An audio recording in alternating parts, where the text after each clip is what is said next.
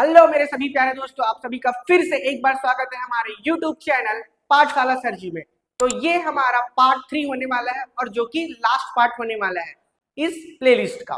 ठीक है, तो इसके पहले हमने यहाँ पे ये लिखा है आपका पार्ट 3। इसके पहले हमने 2 वीडियो और लेके आए आपके लिए, पार्ट 1 पार्ट 2, जिसमें काफी सारे क्वेश्चन हो चुके हैं। तो फटाक से इस वीडियो को स्टार्ट करते हैं क्योंकि इसके बारे में और बताने की जरूरत नहीं है।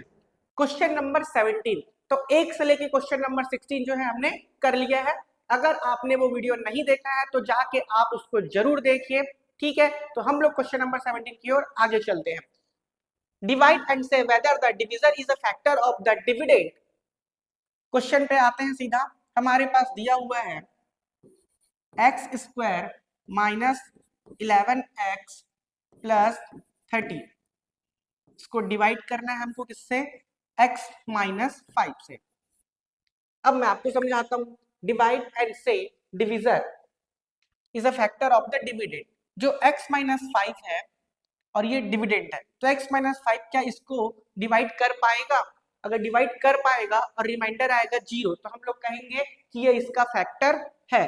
फॉर एग्जाम्पल, जैसे कि यहाँ पास मैं लिखता हूँ 4 और यहाँ पास लिखता हूँ मैं 20। तो 4 से 20 को मैंने डिवाइड किया और यहाँ पे रिमाइंडर क्या बचा? 0। मतलब जो 4 है वो 20 का फैक्टर है और रिमाइंडर 0 नहीं आएगा, तो जो 4 है वो 20 का फैक्टर नहीं है। बस इतनी सी बात है। इसको बनाते हैं। तो यहाँ पे देखिए, यहाँ पास लिखा हुआ है एक्स स्क्वायर और हमारे पास है एक्स। इसका और सिंपल सा तरीका है, एक्स स्क्वायर को डिवाइड करो आप एक्स से, तो कितने बार में कैंसिल होगा?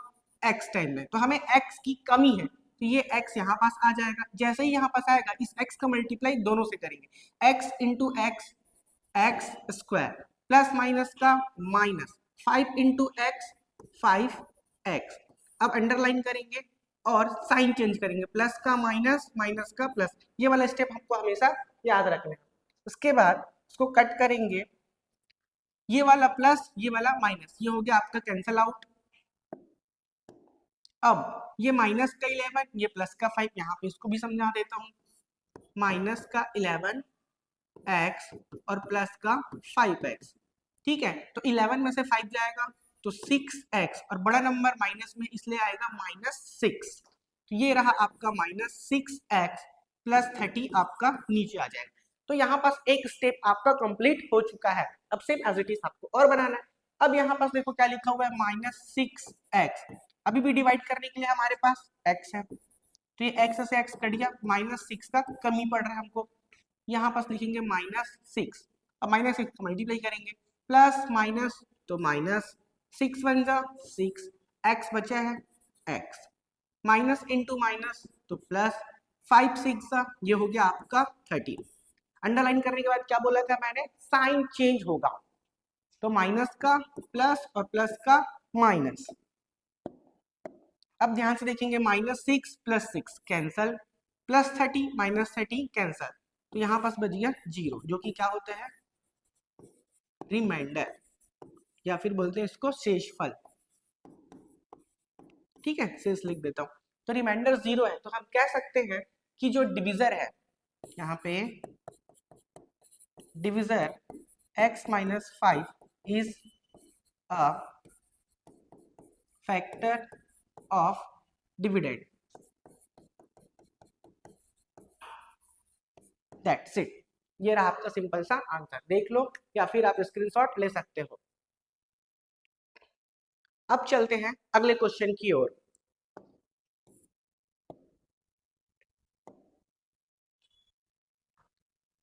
क्वेश्चन नंबर 17 है, find the value of the following -15x³ y² z divided by -5x² by z। तो बड़ा सिंपल क्वेश्चन है, इसको फटाक से बना लेते हैं। ये रहा हमारा सॉल्यूशन, गिवन दैट में आ जाएगा। अभी लिखेंगे हम लोग -15x³ y² डिवाइड लिखा मतलब हम लोग आ जाएंगे अपॉन में, -5x² y और z। इसको सिंपल तरीके से भी बना सकते हैं। ठीक है, दोनों तरीका बता देता हूँ। अगर हम लोग इसको बनाएंगे तो -15 और -5 को मैंने क्या कर लिया? अलग कर लिया, मल्टीप्लाई। यहाँ पास है आपका x³ और ये हो गया आपका x²। उसके बाद ये होगा आपका वाई स्क्वायर और नीचे हो जाएगा वाई, और ये हो जाएगा आपका जेड अपॉन जेड। ठीक, तो 5 से 15 को डिवाइड करेंगे तो यहाँ पे आने वाला है 3 और दोनों माइनस कैंसिल हो जाके हो जाएगा प्लस एक्स की पावर में 3, नीचे में कितना है 2, तो ये हो जाएगा 3 माइनस 2 मल्टीप्लाई है, तो डायरेक्टली हमको लिखना पड़ेगा सिर्फ और सिर्फ y, यहाँ पास है आपका 2 और नीचे वाला हो जाएगा -1। जेड से जेड क्या हो जाएगा, कैंसल आउट कर सकते हो इसको, जेड से जेड कैंसिल। अब 3 का 3, x की पावर 3 में से 2 गया तो कितना बचेगा 1, तो 1 लिखने की जरूरत नहीं है। उसके बाद y, तो y में भी 2 से 1 जाएगा तो यहाँ बचने वाला है 3xy। फटाफट एक बार देख लो या फिर कॉपी में आप लोग नोट कर सकते हो।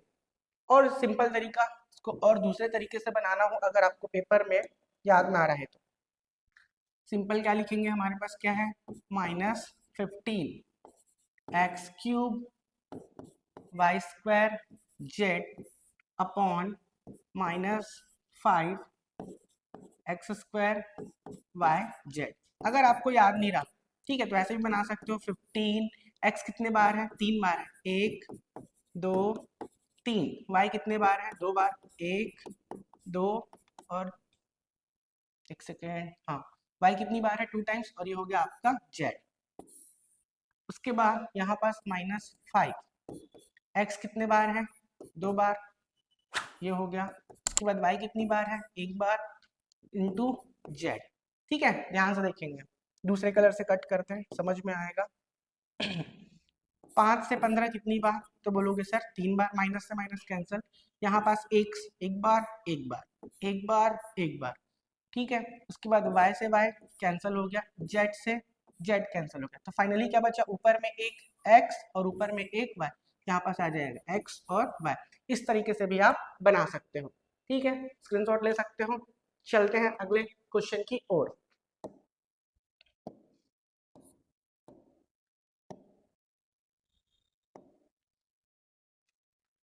Question number 18, a saving bank account give 5% annual compound interest if interest is added to the principal every 6 months. How much interest will Naresh get after 1 year deposit 1600 rupees in the bank? मतलब question में आपको एक amount दिया है 1600 रुपए और इसको साल का 5% आपको मिलेगा इंटरेस्ट, साथ ही साथ टाइम दिए आपको 1 साल का। लेकिन इसमें एक चीज और है कि प्रिंसिपल एवरी 6 मंथ, क्या लिखा है आपको, interest is added to the principal every 6 month, जो ब्याज का पैसा है वो आपको हर 6 महीने बाद मिलता है, तो थोड़ा सा कैलकुलेशन में चेंजेस होगा, बाकी सेम टू सेम बनने वाला है। बनाते हैं इसको, तो सबसे पहले यहाँ पे लिखेंगे principal P is equal to हमारे पास है 1600 रुपीज। उसके बाद हमारे पास रेट भी होगा, rate R is equal to 5%। 5% क्या है, एनुअल कंपाउंड इंटरेस्ट है, मतलब इसको लिख सकते हैं पर ईयर, पर ईयर। उसके बाद टाइम है हमारे पास 1 ईयर का। अब देखो टाइम तो 1 ईयर का है और रेट ऑफ इंटरेस्ट दिया है 5% जो कि आपका साल का है। अब interest is added to the 6 month बोल रहा है। अब इसको समझना, जैसे कि यहाँ पे बताता हूँ मैं आपको, ये है आपका 1 ईयर, ठीक है, लेकिन ब्याज आपको 6 मंथ के बाद मिल जाता है, 6 महीने के बाद, और यहाँ पास फिर आपको 6 महीने बाद, मतलब ब्याज आपको क्या बोल रहा है 2 बार मिलेगा, एक बार यहाँ और एक बार यहाँ पास। तो जो 5% दिया है वो पूरे साल का है, तो आधे का क्या हो जाएगा 5/2, 5/2, आधा परसेंट यहाँ मिलेगा आधा यहाँ मिलेगा, तो जो हमारा रेट है वो क्या हो जाएगा 5/2%, किसके लिए, हाफ ईयर के लिए। यहाँ पे लिख सकते हैं हाफ ईयर, ठीक है, 5/2 हाफ ईयर। और जो टाइम है वो कितना हो जाएगा, यहाँ पे लिख सकते हैं 2 हाफ ईयर, मतलब जो इसका पीरियड है वो क्या हो जाएगा, एक बार आपको 6 महीने में मिलेगा, फिर अगले 6 महीने के लिए मिलेगा, तो कितनी बार कैलकुलेशन करना पड़ेगा, 2 टाइम्स। ठीक है, आपको समझ में आ गया होगा। एक बार और शॉर्टकट में समझा देता हूँ, ध्यान से समझना। ये रहा आपका 1 साल, 1 ईयर। अब ब्याज आपको यहाँ से यहाँ तक जैसे ही 6 महीना होगा तो यहाँ पास मिलेगा 6 मंथ में। ठीक है, तो ये पहला हाफ ईयर हो गया। अब उसके बाद 6 महीना और बचा है, तो इसमें भी आपको क्या मिलेगा, ब्याज। तो ये हो गया दूसरा 6 महीने का पीरियड। तो टोटल कितने हो गए, एक यहाँ पास और एक यहाँ पास, 2 हाफ ईयर। समझ में आ गया होगा। तो ये सब जितना भी तामझाम करना पड़ रहा है किसके लिए करना पड़ रहा है, क्योंकि ब्याज जो है आपको 6 महीने में मिल रहा है। अब आते हैं कैलकुलेशन पे। तो पहले इंटरेस्ट यहाँ पे लिखेंगे, interest for first half year.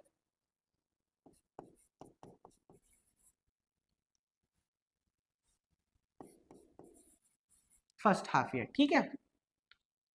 दोनों में से कोई भी एक ही लिखना, दोनों लिख दिया मैंने। तो फॉर्मूला होता है हमारा I1 is equal to principal into rate into time upon 100। तो प्रिंसिपल हमारे पास है 1600, इसके बाद रेट है हमारा 5/2, तो उसको बाद में लिखेंगे। और टाइम भी कितना आ जाएगा 1, और यहाँ पास 100, और ये 5/2 का 5/2। तो 2 जीरो से 2 जीरो यहीं पे कैंसिल हो गया आपका, 2 जीरो से 2 जीरो कैंसिल। इसके बाद ये 2 से डिवाइड करेंगे 16 को, तो कितना आने वाला है 8। अब ऊपर में कितना आ जाएगा आपका I1, तो बोलोगे sir I1 is equal to आ जाएगा 8 इंटू 5। तो I1 हो जाएगा 8 5 40 रुपीज। तो पहले 6 महीने में हमको ब्याज मिलेगा 40 रुपीज का। अब आते हैं आगे, तो अमाउंट जो है वो 6 महीने बाद कितना हो जाएगा। तो पहले 1600 था, प्लस हमको 40 और मिल गया, तो अमाउंट 1 कितना हो जाएगा 1640 रुपए। अब यहाँ पास बनाते हैं, पहले इंटरेस्ट हो गया 6 महीने का। अब यहाँ पे लिखेंगे नेक्स्ट 6 मंथ। तो 6 मंथ ना लिख के क्या लिखेंगे हम लोग, half year. Next half year के लिए ब्याज हो जाएगा I2, जिसमें 1640 रुपए अभी अपने खाते में पड़ा हुआ है। इसमें भी हमको मिलेगा 5/2%, टाइम रहेगा 1, ये हो गया 100, और ये 5/2। इसको भी कट कर लेते हैं। तो सबसे पहली बार एक जीरो से एक जीरो कैंसिल। उसके बाद 5 से डिवाइड करेंगे तो 5 1 जा 5, 5 2 जा 10। अब यहाँ पास 2 और 2 मिला के कितना बनने वाला है, तो बोलोगे सर यहाँ पास बनने वाला है 4। ये हो गया 164, और नीचे 2 2 से कितना हो गया 4। 4 से डिवाइड करेंगे तो ब्याज हो जाएगा 4 4 जा और 4 1 जा 41 रुपीज। ये हो गया, पहले 6 महीने में मिलेगा 40 रुपए, अगले 6 महीने मिलेगा हमको 41। तो पूरे साल का कितना हो जाएगा, तो लास्ट में लिख देते हैं फॉर 1 ईयर। तो 1 ईयर के लिए क्या हो जाएगा, टोटल इंटरेस्ट, पहले साल का ब्याज मतलब पहले 6 महीने का और दूसरे 6 महीने का, तो 40 प्लस 41, टोटल आपका आएगा 81 रुपीज। तो ये रहा क्वेश्चन का सिंपल सा आंसर। इसका स्क्रीनशॉट ले सकते हो या कॉपी में लिख भी सकते हो।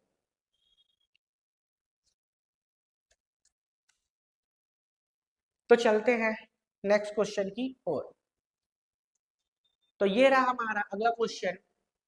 गिद्धपुरी ग्राम panchayat near Mahanadi has imposed a tax of 20 rupees per cubic meter on extracting sand from the river bank. If a truck carries 5 cubic meter of sand, how much tax will the panchayat get on extracting 12 hectares of sand from the river bank? Simple question है, आप सभी को समझ में आ चुका होगा। अगर question आपको समझ में नहीं आता तो क्वेश्चन एक बार आप खुद से पहले पढ़ा करो, वीडियो को रोक देना और पूरे क्वेश्चन को एक बार फिर से पढ़ा करो, क्योंकि क्वेश्चन जब समझ में आएगा आपको अच्छे से, तभी इसका सॉल्यूशन भी आपको समझ में आएगा।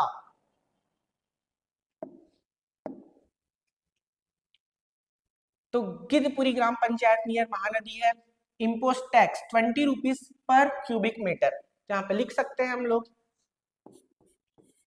टैक्स पर क्यूबिक मीटर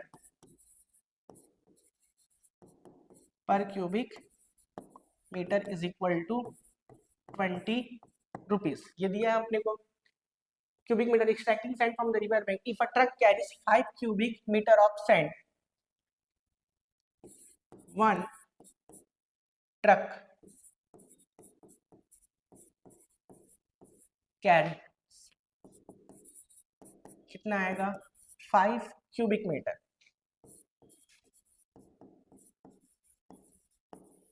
एक ट्रक में कितना आता है 5 क्यूबिक मीटर। और उसके बाद हमने क्या बोला है tax will the panchayat get extracting 12 hectare of sand. तो यहाँ पे 12 हेक्टर नहीं है, यहाँ पास क्या है 12 टेक्टर्स है। ठीक है 5 रुपीज 12 ट्रक,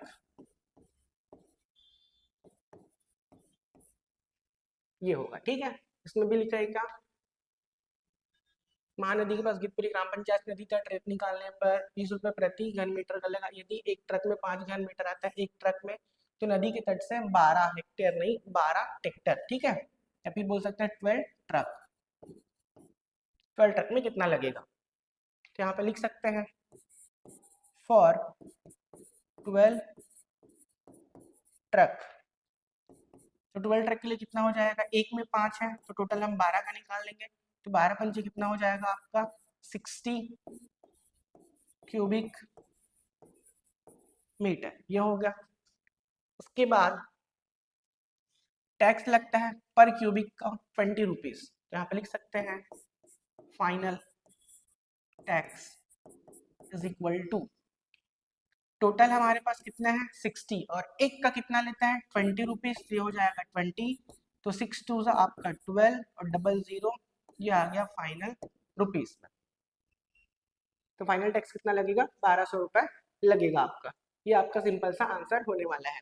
ठीक है इसको आप इजी तरीके से अपने वर्ड्स में भी बना सकते हो कि सबसे पहले लिख सकते हो आप एक ट्रक में कितना आता है 5 क्यूबिक मीटर आता है तो 12 ट्रक का कितना होगा 60 क्यूबिक मीटर आएगा। फिर लास्ट में लिख सकते हो प्राइस कितना है 20 रुपीज तो 16 से 20 कितना हो जाएगा 1200 रुपीज। सिंपल क्वेश्चन है। नेक्स्ट पे चलते हैं।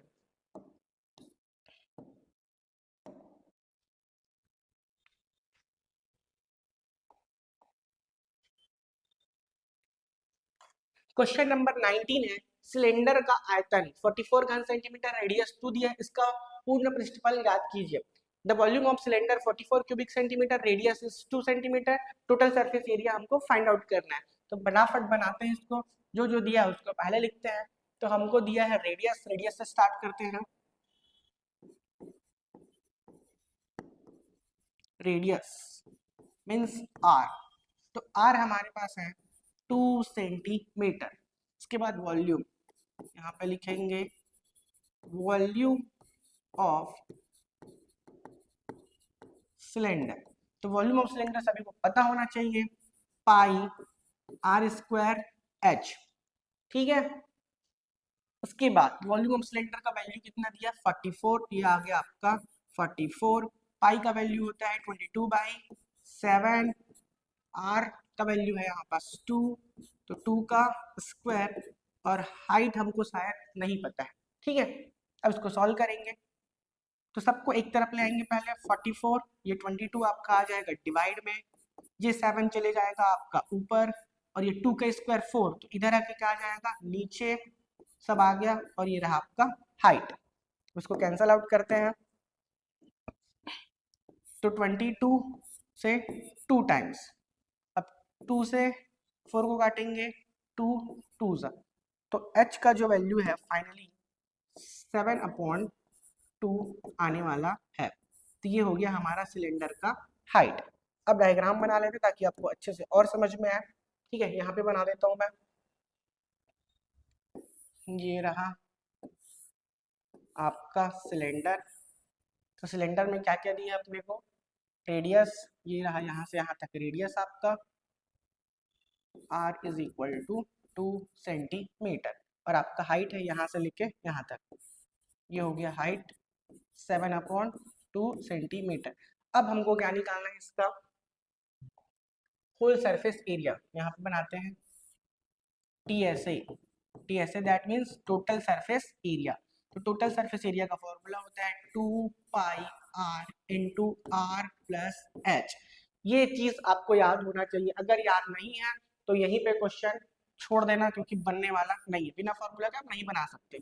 2 का 2 22/7, रेडियस आपका 2, आर का वैल्यू फिर से 2, एच का वैल्यू है 7/2।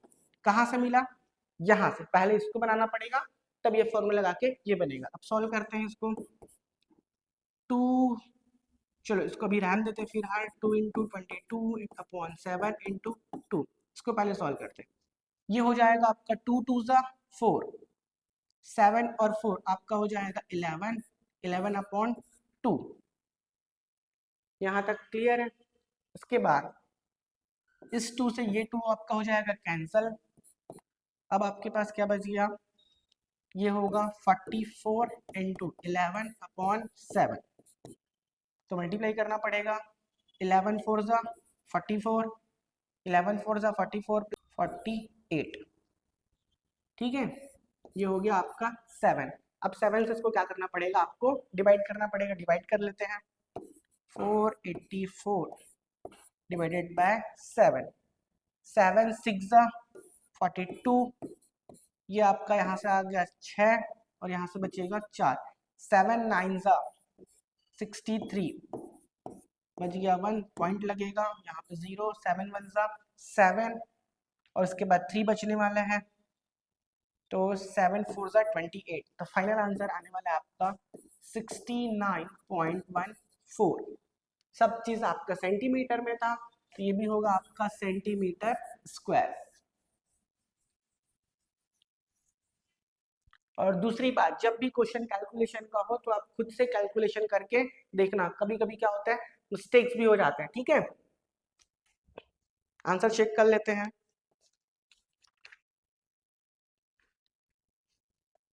सिक्सटी 69.14, ठीक है, तो आंसर इसका करेक्ट है। तो हम लोग चलते हैं नेक्स्ट क्वेश्चन की ओर। इसका स्क्रीनशॉट ले सकते हो।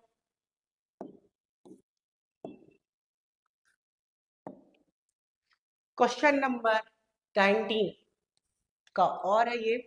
सिलेंडर का आधार का क्षेत्रफल इतना दिया है, यदि इसकी ऊंचाई 13 सेंटीमीटर तो इसका आयतन क्या होगा? सिंपल सा क्वेश्चन है, बनाते हैं इसको। क्या दिया है हमको? बेस एरिया ऑफ सिलेंडर, यहाँ पे लिख सकते हैं area of base of cylinder कितना है? 1386 सेंटीमीटर स्क्वायर और हाइट दिया 30। हाइट दिया हमको 13 सेंटीमीटर। तो एक चीज समझना होगा, क्योंकि वॉल्यूम निकालना है। ठीक है, तो ये रहा आपका सिलेंडर, ये रहा। तो जो सिलेंडर का बेस है वो क्या होता है? सर्कल। और सर्कल का एरिया क्या होता है? एरिया ऑफ सर्कल, तो बोलोगे सर पाई आर स्क्वायर, जिसका डायरेक्ट वैल्यू यहाँ पे दिया हुआ है 1386। तो वॉल्यूम का फॉर्मूला लगाएंगे, वॉल्यूम ऑफ सिलेंडर। तो वॉल्यूम ऑफ सिलेंडर क्या होता है? एरिया ऑफ बेस, ये लिख सकते हो, into height. Area of base into height, ये लिख सकते हो, या फिर डायरेक्टली क्या लिख सकते हो? पाई आर स्क्वायर एच। तो पाई आर स्क्वायर का डायरेक्ट वैल्यू कितना दिया है? 1386 और हाइट कितना है हमारे पास? तो यहाँ पास है 13, तो मल्टीप्लाई करना है बस।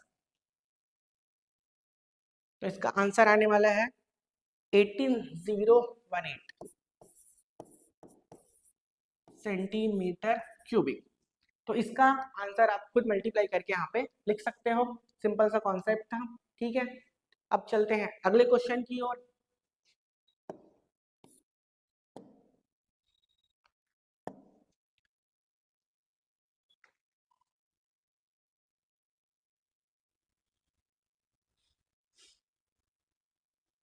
तो ये रहा हमारा क्वेश्चन नंबर 20।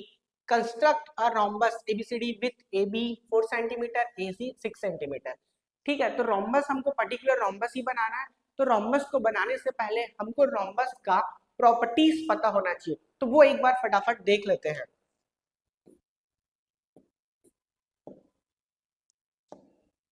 तो ये रोम्बस की प्रॉपर्टी आपके लिए मैंने पहले से लिखवा दी है यहाँ पर, तो फटाफट चेकआउट कर लेते हैं। ठीक है, रोम्बस कुछ इस तरीके का दिखता है। वैसे तो प्रॉपर्टीज पता होने से हम लोग खुद रोम्बस बना सकते हैं। तो पहला दिया है all four sides of a rhombus are equal, मतलब उसके चारों साइड्स जो है वो आपस में कैसे होंगे, इक्वल होंगे। पहला चीज, अपोजिट साइड्स आर पैरेलल, मतलब ये साइड इस साइड से क्या होगा, पैरेलल होगा, और ये साइड इस साइड से पैरेलल होगा। अपोजिट एंगल्स आर इक्वल, मतलब ये एंगल ये दोनों इक्वल होंगे, ये एंगल ये दोनों भी इक्वल होंगे। इसके बाद लिखा है diagonal bisect each other 90 degree, मतलब डायगोनल ये होता है यहाँ से ये सीधा, यहाँ से ये सीधा, तो diagonal bisect each other 90 degree, मतलब एक दूसरे को काटते हुए क्या बनाते हैं लोग, 90 डिग्री। चारों साइड क्या बनेगा, 90 डिग्री, ये याद होना चाहिए। डायगोनल बाइसेक्ट अपोजिट एंगल्स, विकर्ण विपरीत कोणों को बराबर भागों में बांटते हैं। ठीक है, ये भी है, जैसे कि यहाँ पास एंगल बन रहा है और यहाँ पास एंगल बन रहा है, तो दोनों को क्या करेंगे, बराबर पार्ट्स में डिवाइड करेंगे। सम ऑफ एडजेसेंट एंगल इज 180, मतलब ए एडजेसेंट मतलब पड़ोसी, तो ये दोनों एंगल का सम कितना होगा, 180। Rhombus is a type of parallelogram, ये एक हिसाब से क्या है, पैरेललोग्राम है। अब बनाते हैं क्वेश्चन को।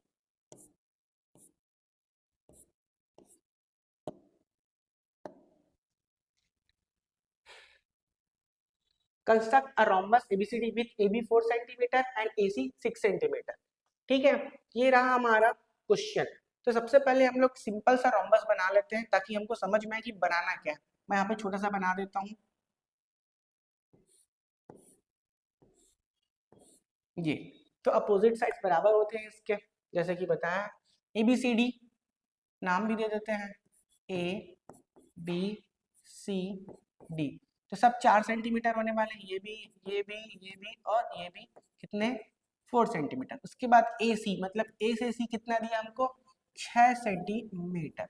तो यहीं से हम लोग बनाना क्या करेंगे, स्टार्ट करेंगे। तो क्या बोले हैं, draw a line segment AC 6 centimetre. सबसे पहले हम लोग क्या लेंगे, ये रहा हमारा A और ये रहा C, कितना सेंटीमीटर हो गया हमारा, 6 सेंटीमीटर। अब हमको पता है कि जो ये डायगोनल है वो एक दूसरे को कितने पे काटता है, 90 डिग्री पे, और तो कुछ दिया नहीं है। तो draw a perpendicular bisector L of AC, AC का हम लोग क्या लेंगे, परपेंडिकुलर बाइसेक्टर। तो परपेंडिकुलर बाइसेक्टर लेते कैसे हैं उसको ध्यान से देखना। ठीक है, इसी में कट करते हैं।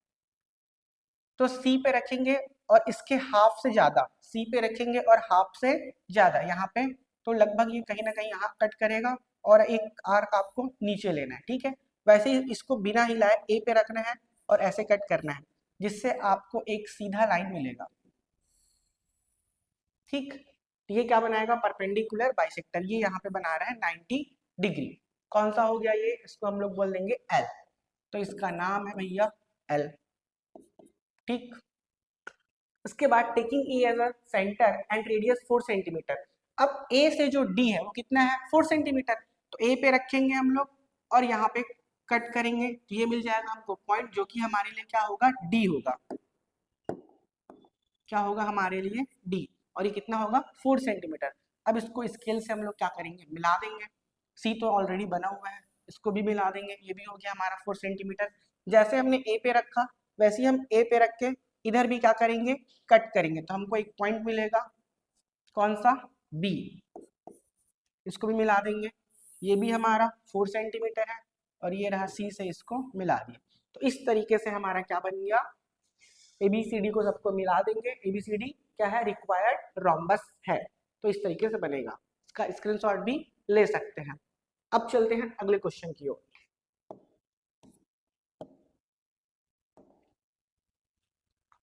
इस पूरे पार्ट का लास्ट क्वेश्चन है, तो उम्मीद करता हूं कि ध्यान से देख रहे होंगे।